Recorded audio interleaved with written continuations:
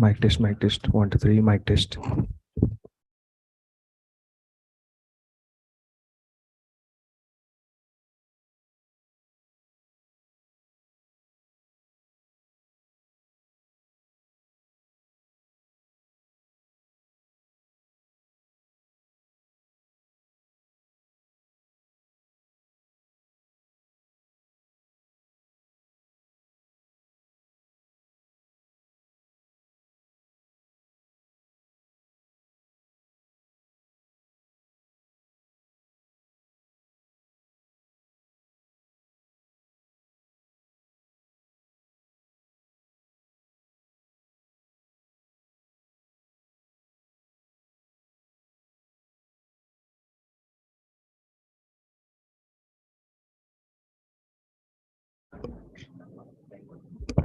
Hello, hello.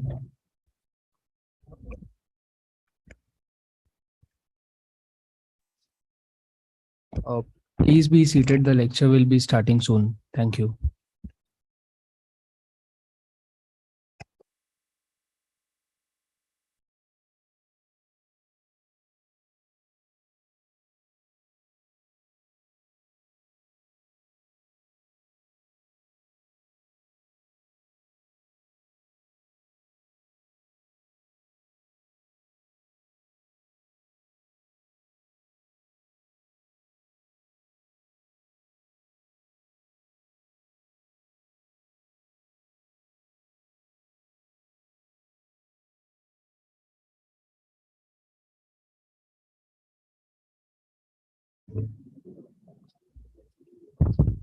Mic testing, mic testing. 1, 2, 3.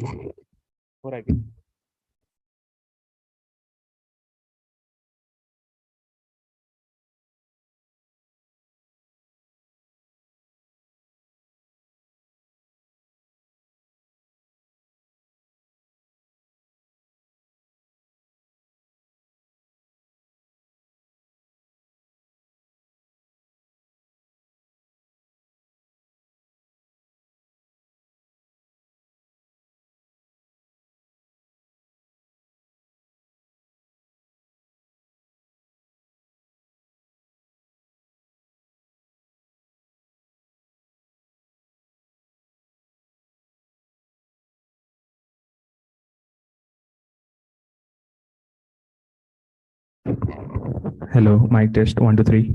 Mic test.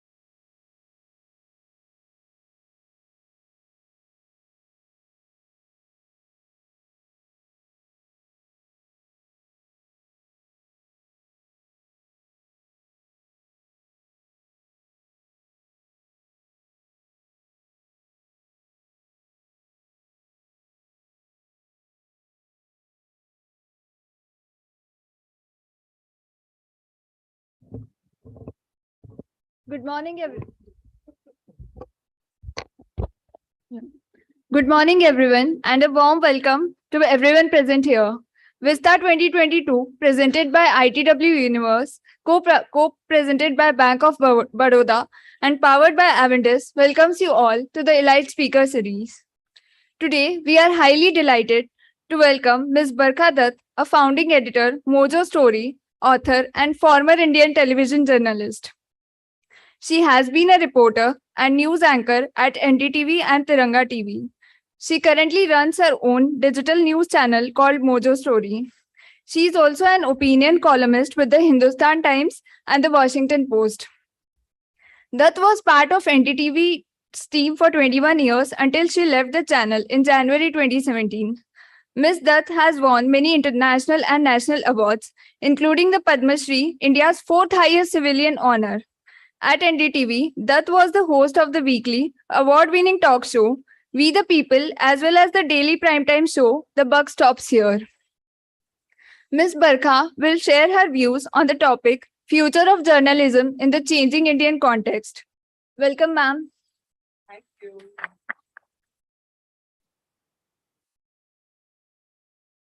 We would also like to welcome Professor Pratik Raj from IIM Bangalore to moderate the speaker session with Ms. Barkha.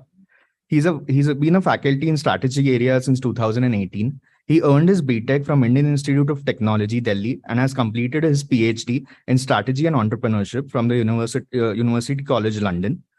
Prior to his PhD, he worked as an operations consultant for clients in metal and mining industry. Pratik has also taught operations research methods at the London School of Economics and continues to be an honorary research associate at the UCL School of Management. He's a fellow at the Stiglitz Center at the University of Chicago. Welcome, sir. The format of the session will be as follows. Ms. Barkha will address the audience for first 30 minutes, followed by a 50. Sorry, brother. Okay, fine. We start with the session in that case. Thank you so much.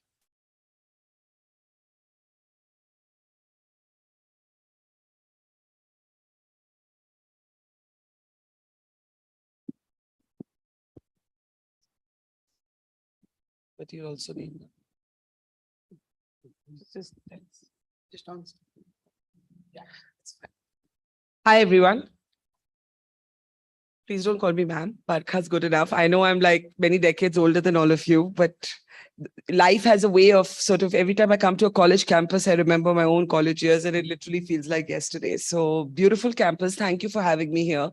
If there's one thing I do remember about being your age, it is that people coming and giving long lectures is the most boring thing to do, right? So I don't want you to start your morning being bored.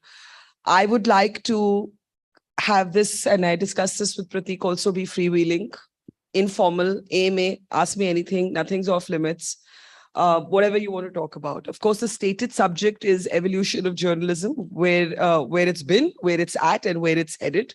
But that, I think, encompasses a lot of other affiliated issues, which you're free to talk to me about. So let's start with a show of hands.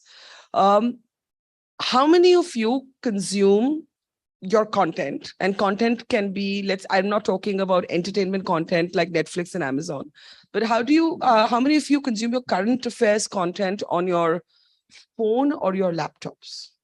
Raise your hand.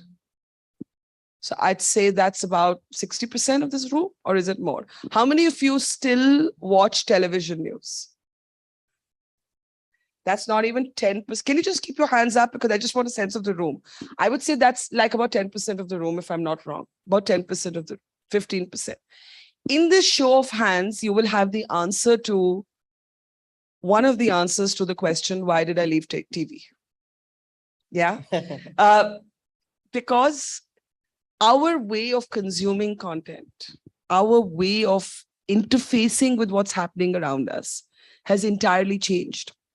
Reuters is an institute for the study of journalism at Oxford University. And this past year, I was a visiting fellow there to actually write my book on my own 2 years of COVID reportage. And a Reuters Institute survey recently found that in India, most people get their news from, any guesses for the top two sources?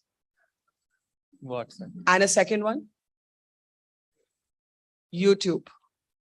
So the top two sources of news for Indians, one is scary, WhatsApp, just because the amount of fake news that there is on WhatsApp. And the second is YouTube. Yeah. So this is even people who are still consuming content of television news are no longer, switching on at 9 o'clock in front of a dining table with their khana with appointment viewing. They're surfing, and they could as easily come across an independent digital platform, a satirist, or a TV channel. So those distinctions of between legacy media, as we call it, and new media are crumbling. Secondly, tell me what you love and hate most. Anybody, I'll call on anybody randomly. You've got to tell me one thing you love about the content you watch or read, and one thing you hate about it. Anybody? Anyone can raise your hand. You have to raise your hand, and I'm half blind, so I have to put on my glasses to see. Okay, let's take two answers. We'll take the young lady there at the back in the brown beige. Yeah, stand. Okay, you have to project so I can hear without a mic.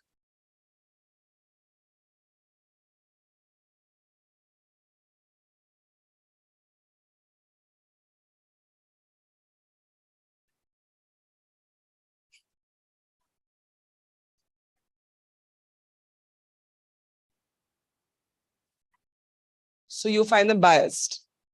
Okay, you haven't really told me something that you love. Let's try here. Second row. Yeah.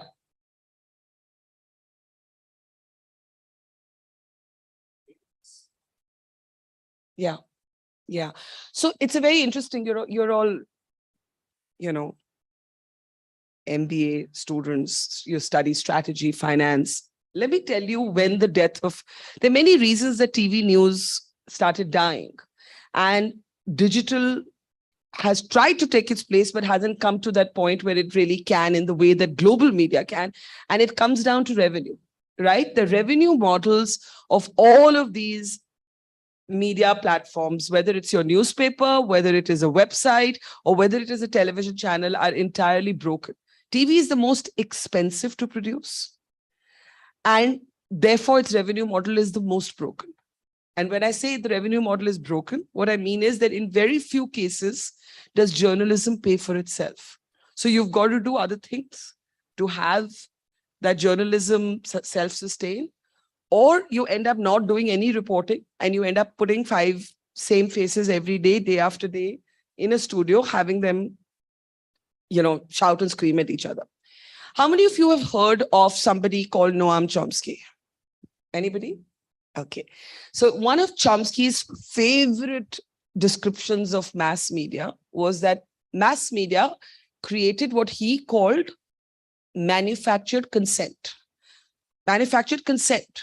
So his argument was that, we are so exposed and conditioned, and our minds are so shaped by this constant exposure to and stimuli to mass media, that we think we believe certain things, but actually it's manufactured consent. But I have a variation of Chomsky's theory, and I say that television created manufactured dissent, because it was built on calling, its debates are built on calling the most extreme voices of any side of a conversation and pretending that there is no commonality between Indian people on anything. If you watch television or you read social media, you would think that we fight all the time. Right? And while it is true that we live in an unprecedented polarized environment, I believe that these extremities are deliberately played up, certainly by broadcast media. I'm going to hand it over to Prateek in a moment, but I want to tell you 5 minutes about what I've been up to. So at some point, I got bored with television. I also had my midlife crisis. I was like, I'm tired of being an employee. Now I want to be my own boss. Even if I own a little corner of the sky, I want it to be my own. So towards the end of 2019, I kind of said no more TV. I found it stale. I found it unexciting. I felt I wasn't growing. I felt I had peaked too early, maybe, but I had peaked. And then after that, if I didn't reinvent myself, I would be bored and my viewer would be bored. And it so happened. I mean, this is just, there's a word for it. It's called serendipity. It's like a set of circumstances that you have no control over. They just happen to you. So as I launched Mojo, Mojo means magic. Mojo doesn't mean mobile journalism, which is what a lot of people think it means. Mojo actually means magic. For some of you who know the Doors song, it means like getting your special energy back, right? Bringing some special energy back. So it's like finding your mojo again. So I set out to find my mojo again because I was really bored.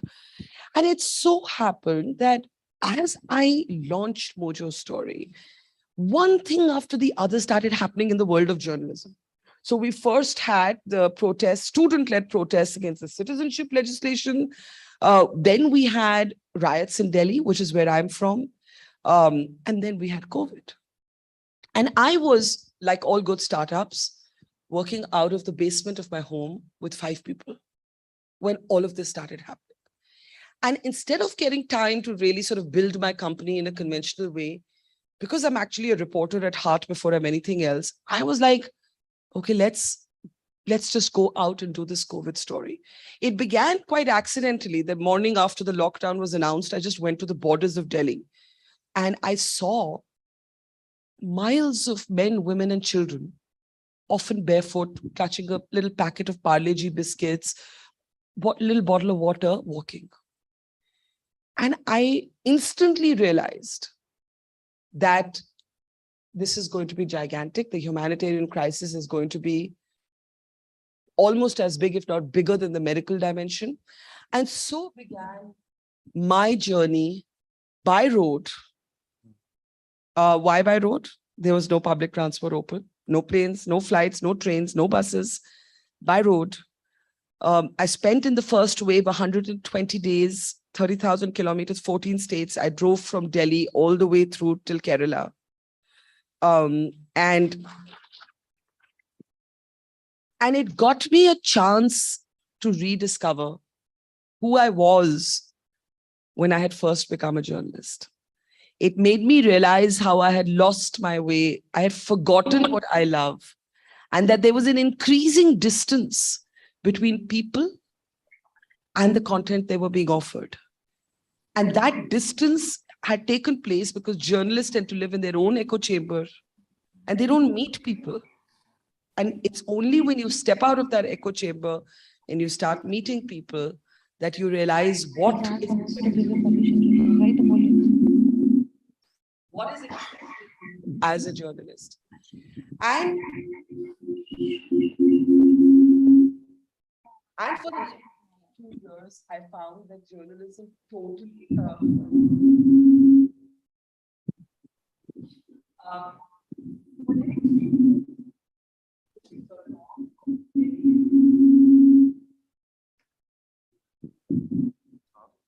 I think this.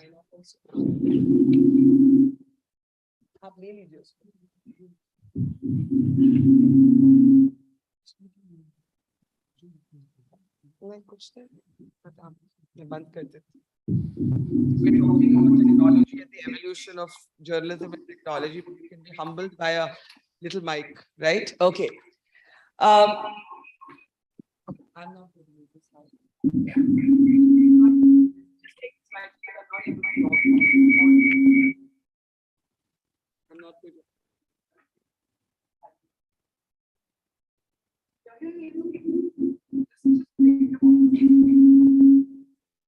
Please. Okay, can you all hear me? Turn them all off. Trust me, turn them all off. I don't. Just turn them.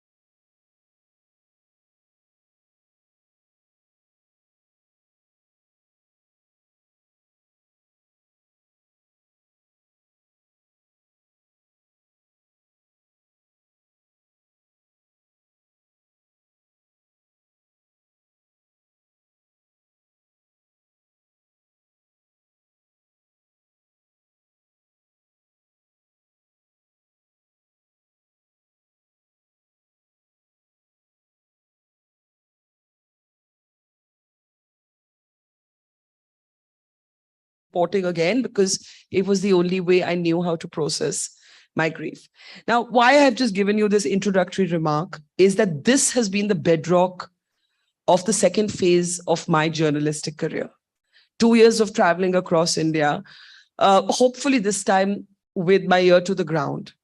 And if I had to bookend, and I'll stop after that, if I had to bookend and bookmark my decade so far in journalism, I'd start with the Kargil War. Most of you are probably not born when I went to report that war, 1999. How many of you were born in 1999? Anyone? And how old were you? Like 0, 1? How old? Huh? 3. Okay, so same thing as not being born.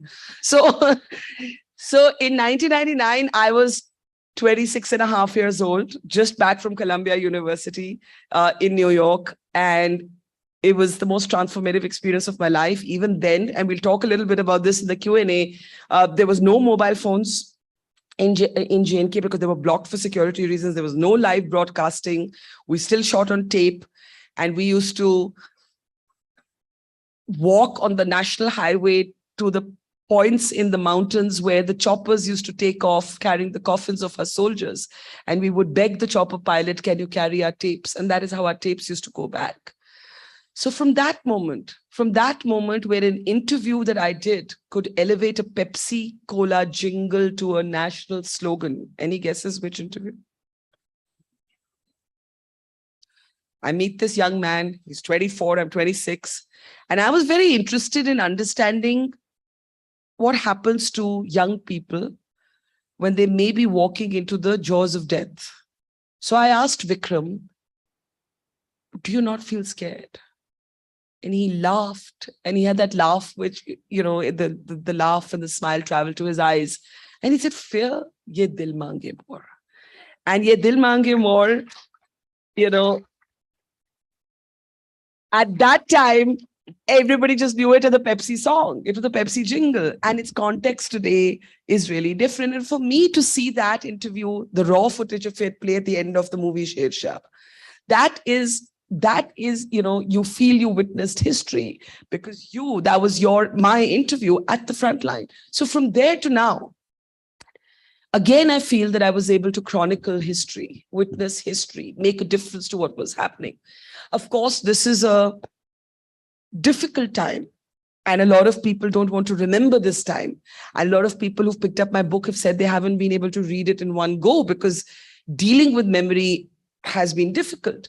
But it is still what journalism, in my belief, ought to be. And I'm glad that I rediscovered that public role of a journalist, which is to witness history as it unfolds, the first draft of history, and give voice to those who do not have a voice and ask the questions that no one will. So I'll pause here and hand it over to Pratik. So Barkha is one of the 10 most followed journalists in the world. And she was an early adopter of social media as well. Now, so if one looks at your career, you've been constantly, you've been early adopter of the medium, be it television or social media or now YouTube. So how do you come across these decisions? For example, what made you join Twitter in, I guess, 2006, 7, I don't even way early Yeah. than everyone else? How did you recognize that this was going to be big? Because it was then just a microblogging platform. So some thoughts on that? Yeah, it's a great question. And I actually haven't consciously thought about why till this moment. And I think that the answer is curiosity. I'm, you know, when I joined television, and again, you know, I mean, I know I sound like some real Auntie G talking about things that happened 30 years ago, but unfortunately they did happen 30 years ago. In 1995, when I graduated with my first master's from Jamia Millia Islamia, my second is at Columbia. So in between these, I start looking for work. I've actually trained to be a movie maker, and I'm a trained sound engineer and film editor. And I'm thinking I'll make movies. And there's no news, there's no private news in India.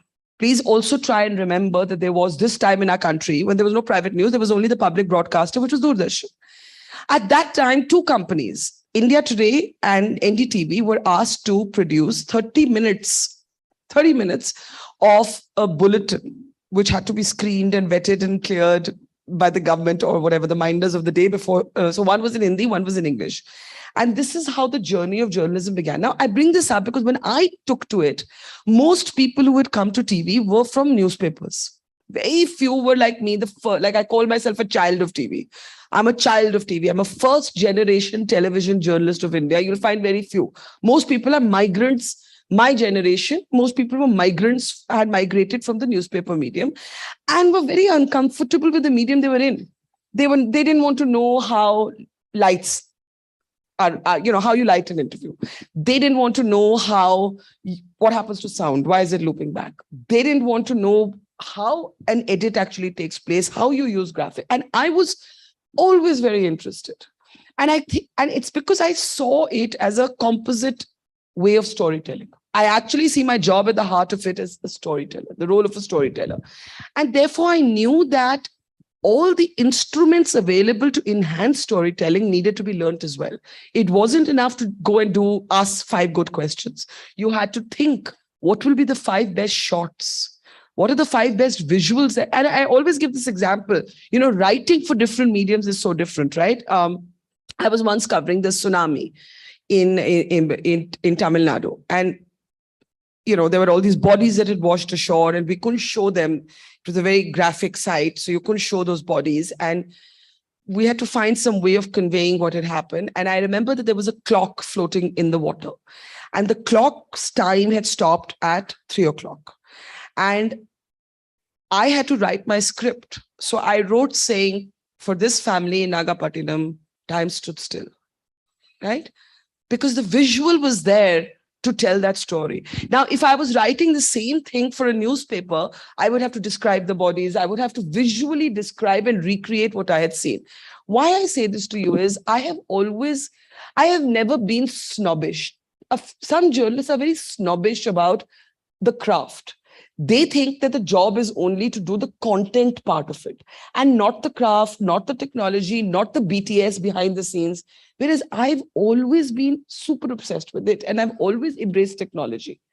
And I'll tell you, like in these 2 years, while I was traveling for COVID, in the middle, it looked like India and China would go to war.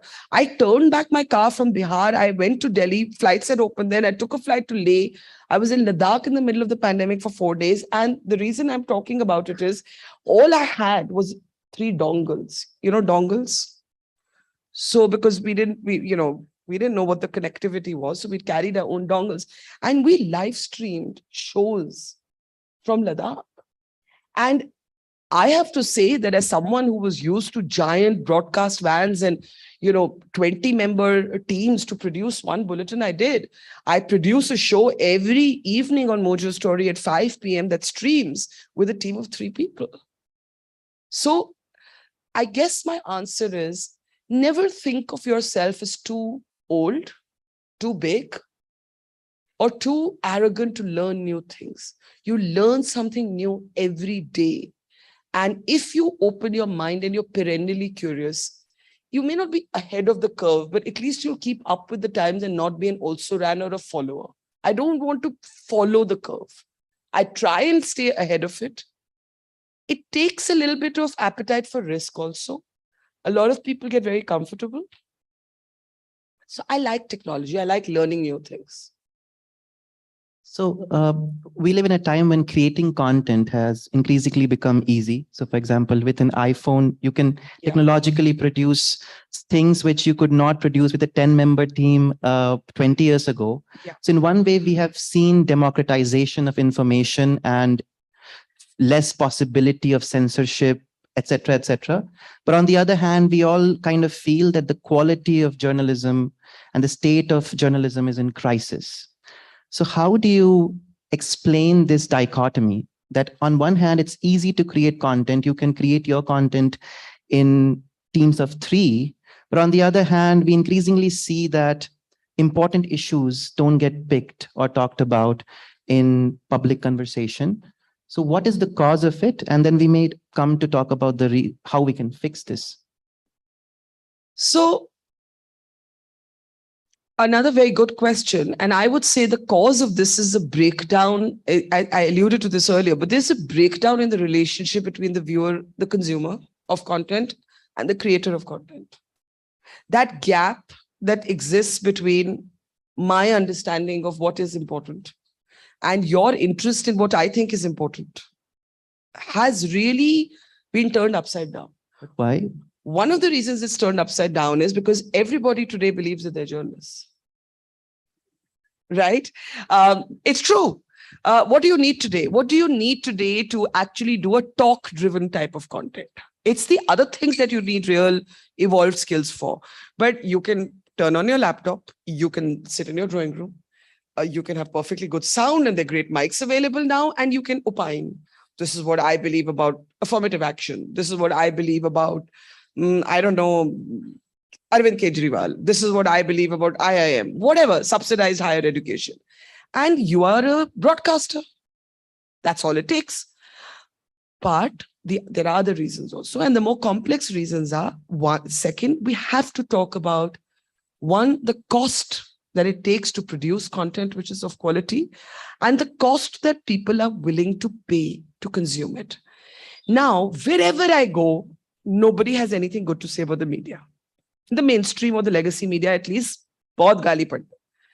Then I turn around and say, do you have any idea how many legacy media journalists have actually migrated to doing their own thing? But do you actually support them financially?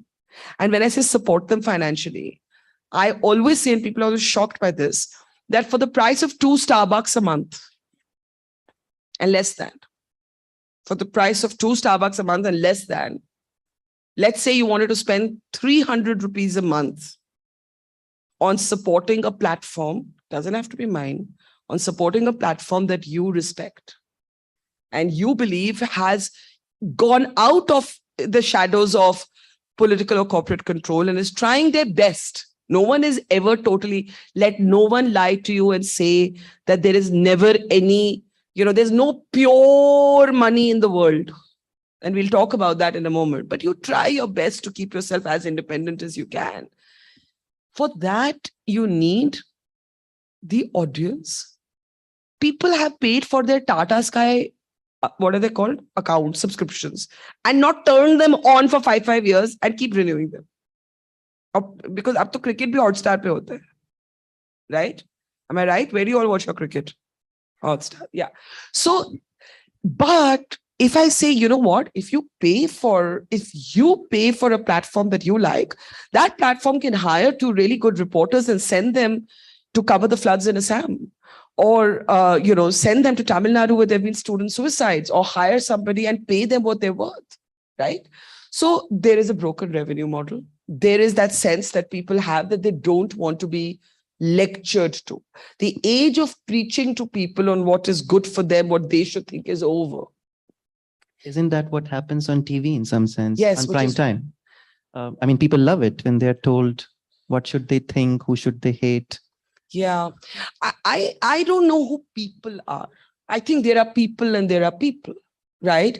And there are people who watch it even though they hate it. That third category, though, I don't understand at all, right? Who are like watching it almost to say, okay, what's the next absurd? Like, can this get any more absurd? Let's switch it on today and see. I've actually know people who are like, oh, my day was really long. Let's switch on Republican Times and see how bizarre they are today. Right? Maybe it'll give me comic relief, right? I mean, the tragedy of watching journalism reduced to theater that plays in the background while you eat your aloo paratha is a really big tragedy. We have reached a point where we are not taken seriously. And we need to reflect and introspect and find new ways of storytelling. And I'll give you an example from my own life. When I set out to tell the story of the migrant workers who were walking home, 1,000 kilometers, largest mass exodus of people since the partition of India, I had a problem. My audience was English-speaking, middle class, upper middle class, and was also paranoid and had their own problems about COVID. Nobody knew what the hell was happening. How was I going to make them care? How was I going to make them care about this issue, right? And it all goes back to, I had to work really hard to find compelling characters, people you would care about, tell the stories, not in statistics. Oh, 100 million migrant. If I say this number to you, it's going to mean nothing to you. You're going to feel nothing. If I tell you 100 million daily wage workers in India were impacted, by COVID, you will glaze over. You will watch Alia Bhatt Darling's review, right? Nothing wrong in it. I interviewed Alia Bhatt also, and I had a lot of fun doing it. But when I'm telling you that story of the migrant worker, I have to find that one person whose story is so compelling that through that one person, I will tell the story of the 100 million and you will care. And it is incumbent upon me to find a way to tell that story. And that is something, that skill, that is something that everyone sitting in front of their Zoom in a drawing room doesn't have. That is where experience and training and instinct and skill and craft and how you shoot and who you find and the questions you ask, right? That is skill. But fewer and fewer and fewer people are doing that today. They either don't have the money or they've got lazy, or when they do it, their audiences don't watch. And so while I'm not transferring the responsibility for the diminishing standards of media to you, the audience, I'm simply saying vote with your remote. So I had a curious question. How many of you actually subscribe to a newspaper or pay for TV, like for the content news? How many of you pay for journalism? And what are you paying for? I mean, how many of you are paying for newspapers? Shekhar Gupta. So the question I have is that, I mean, once upon a time, at least in this audience, in pre-social media age, people would have newspapers come in their homes, it's at least, so that was paying for journalism. Today, very few people pay for journalism. So you're an entrepreneur now, you have a business. How do you plan to have a scalable subscription model or a revenue model? What are your plans? So I very consciously, because Mojo was born in a crisis. When I say crisis, I mean COVID. It was born against the backdrop of a crisis. I did not find it ethical to put content behind a paywall, given what was happening at that time. And I'm still uncomfortable with it. But yet I know that subscriptions have to be a key element of how we raise money. So our decision, which is actually going to start from the 1st of September, is that we are going to offer subscriptions which have extra features, right? So we offer more to those who pay in a graded way, but we don't actually block any important content behind a paywall, right? And how are you going to make it lucrative for people to get that premium content? Like, why should people care? Yeah. Honestly, in the end, people are going to care only because they believe in your journalism. I don't think even the few examples that were given here, I don't think people are paying for that because they're so riveted by that content that they can't get it anywhere else. They believe in and I'd love to hear from the audience, I think they believe in the essential philosophy and work of that platform. Of course, there are added perks like, if we do ground events, we'll say you can come and do our events free. We'll say you can, depending on the category we create, you can, ask questions of our guests. You can write for our website. You can, I'm planning to do, meet me, do member face-to-face meetings. So there's a whole bunch of things that we're planning, and that's how we're thinking of it. But let me be very honest, subscriptions by themselves are not going to solve the problem, right? So we are monetized on YouTube, which means that we get a fraction of the ads that YouTube places. Of course, big tech steals most of the bulk of the money. We get very little. So you're giving me all the content that we teach in our course classes. And these are the topics we do connect. Oh, you do? Talk about tech, taking revenue, crisis in the business model. Yeah. So it's great to hear.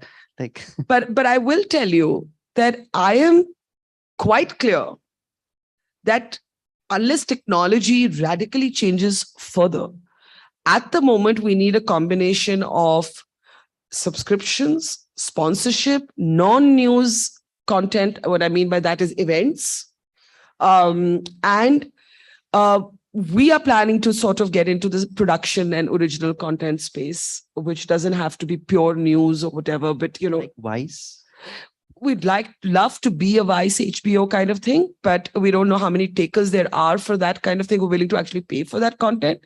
But certainly, like, I'll give you a small example. When I was traveling for COVID, I was in a village in Rajasthan. And one of the things that was happening was we had amongst the longest physical lockdowns of our schools in the world. So what was happening in rural India was that millions of kids were falling out of the school system because they didn't have the wherewithal to connect digitally to a classroom. Where a family had, let's say, one phone, and there was a boy and a girl, the boy would get to attend the class and the girl wouldn't. So what was happening was that though India's had a very successful fight against child marriage, there was renewed pressure to push a lot of girls between the ages of 9 and 15 into child marriages. And those numbers were spiking. Families were saying, oh, we can do it for cheap. It's the lockdown. Too many people won't come. So they thought it made sense economically. They didn't know what to do with these girls. They kept telling the poor girls, what are you doing? You're just doing nothing all day. It's better that you get married. And it was a very complex sort of thing that was happening. And the girls then decided to come together and form a football team. So they trained professionally through the help of a local NGO to play football.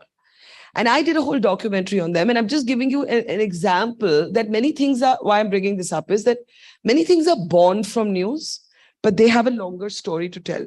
So to talk about revenue models, subscription, sponsorship, events, we're planning to start some masterclasses, sharing our skills for a fee, because why should we let Byju's and what are they called? Unacademy, the behemoths, take everything when we can do personalized, smaller, more focused classrooms? That's going to be a revenue stream. We're going to get into production, original productions, and then we're going to see.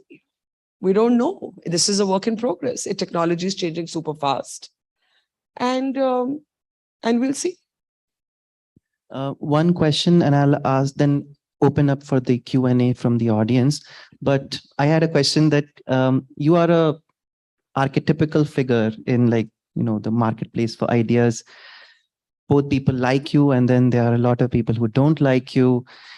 There are trends made against you. How do you handle this kind of centrality in the public discourse? It's a very interesting question. And, when I was younger, it used to freak me out. Like, I would be one among, let's say, 100 journalists covering a story. And if anything went right or anything went wrong, I became the story. Like, it was a very, very strange thing. And I was very young when this started happening to me. I was in my 20s when this started happening to me. And I have experienced extreme adulation and extreme hatred. What I have never experienced is indifference. I have never met somebody who's indifferent to me. But that extreme love and hate, both can actually destabilize you, right? Both can. And I dealt with the extreme adulation by actually surrounding myself with literally my friends. I have no journalist friends, very few. Most of my closest people in my life are people I went to college with. I was your age, and those are the friendships I made. Those are the friendships I trust. They keep me real. They tell me when I'm wrong. They don't flatter me. They don't take me seriously, and therefore I don't take myself seriously. That's the adulation. Now let's come to the poisonous, organized, trolling, etc., which, by the way, happens to women in a way that it simply doesn't happen to men. The kind of language that is used for women public figures that you don't like is always sexualized. It's always prostitute. They talk about, Wikipedia kept making up 3 husbands for me. I've never been married. I mean, I learned to laugh at it. When it used to first happen, I'm like, who are these men? Who are they? Like, have I even met them? And, and I would take it very seriously. Then there would be slanderous comments. I mean, I'll give you one of the most hurtful examples of my life. I'm so proud of the work I did in Kargil. But an internet rumor was started that in variations, she switched on a light, she switched on a phone, she did something, it gave away some troop location. It caused injury to our soldiers. When this rumor first started, the army chief, General Ved Malik, who led our troops into victory, had called me for a cup of tea. And when I came back from Kargil, and he actually congratulated me and said that your work has been such a force multiplier for the forces. We thank you for your work. You've been so brave. And he saw me looking a bit troubled. He says, "There's something bothering you." And I said, "Sir, I wanted to ask you one thing. I saw this rumor. Is there any truth to it? Did I do anything wrong without realizing?" It's absolute rubbish. Then when he wrote his autobiography, he wrote about this in his book. And I would still get trolled with this falsehood because we live in, Trump was right. We live I've heard this rumor myself. yeah, we live in a post-truth world. And earlier, I would copy and paste General Ved Malik's comments and argue and think that the person was really interested in a clarification. And soon I realized that people who organize hate against you are not interested in they're not really interested in a jousting of ideas. They just want to intimidate you. They want to silence you. They want to scare you. They want to make you feel weak. And I am damned if I'm going to make anybody feel that. So I just ignore them and I love it and they hate it.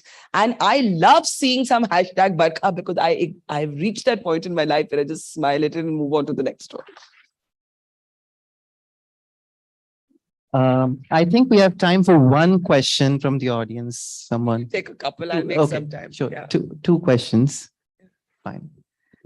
I mean, unless you have a next session. Do you have a next? Yeah, we have Okay. Amir Khan coming in. Oh my gosh. I should not keep him. Can I ask? It's not a question, Barkha, but I learned journalism just because of you.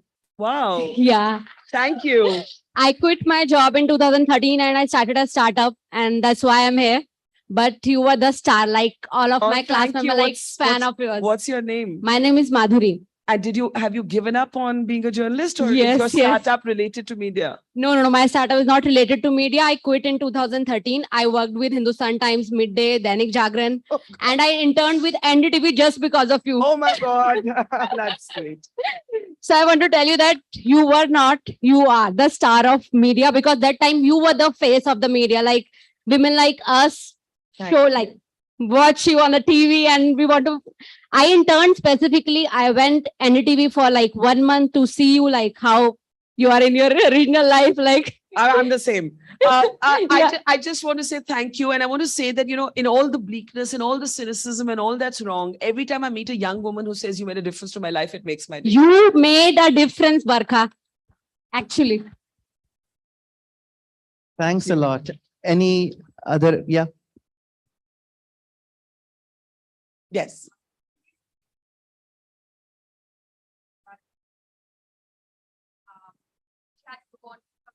Yes. And then as a woman, for a long time. How difficult it is to survive in a digital world, which is still also controlled by men. Yes. And then it's all slammed down on digital. Yes. You see this in every profession being. Oh, to be a woman is a battle every day. It doesn't matter what space you're in.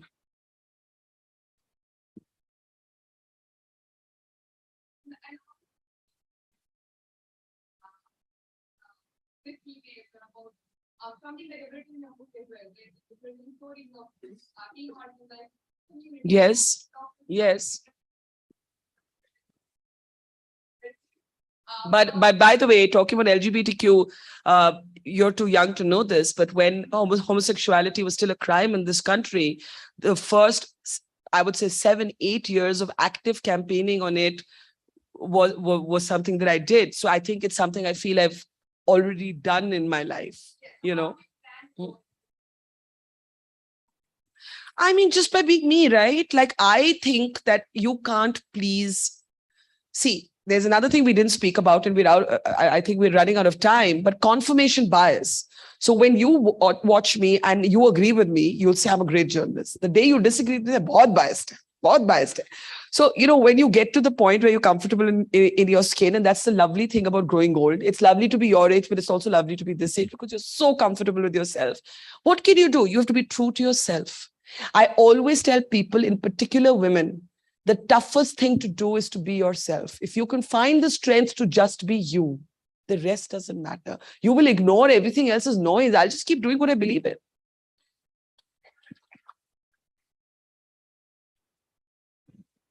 I think with those powerful words, we should wrap up the event. Any last Just any words? that if anyone wants to pick up a copy of the book, I believe it's available somewhere. I Yes. don't know where though. She would know. Yeah, Yes. okay. You want to speak for a minute about we you have have? already discussed. Yeah. Okay.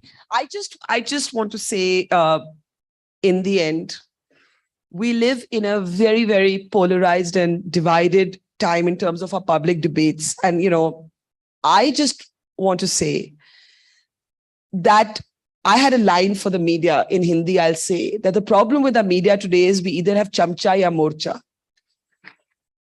which is that either you have sycophants or you have activists. People have forgotten that what being a journalist is about the sanctity of the story. And no matter how technology evolves and how, expensive or inexpensive it gets to produce content, that truth, that's what journalism about, it will never change. And we have to, as an audience, demand of us that we are true to the story. Demand it of us because it is your right in a democracy. Thank you. Thanks a lot. I think So that was indeed an insightful and engaging session on one of the important topics on future of journalism. I would like to thank Ms. Barkha Dutt and Prof. Pratik Raj for their thoughtful and interactive engagement.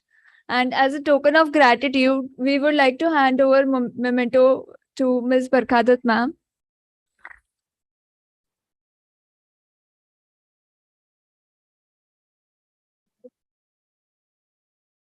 Also, since ma'am already mentioned, copies of the books are available outside if anyone wants to pick them up. Thank you everyone for joining and have a nice day. Thank you, Requesting everyone to please be seated for a minute, please.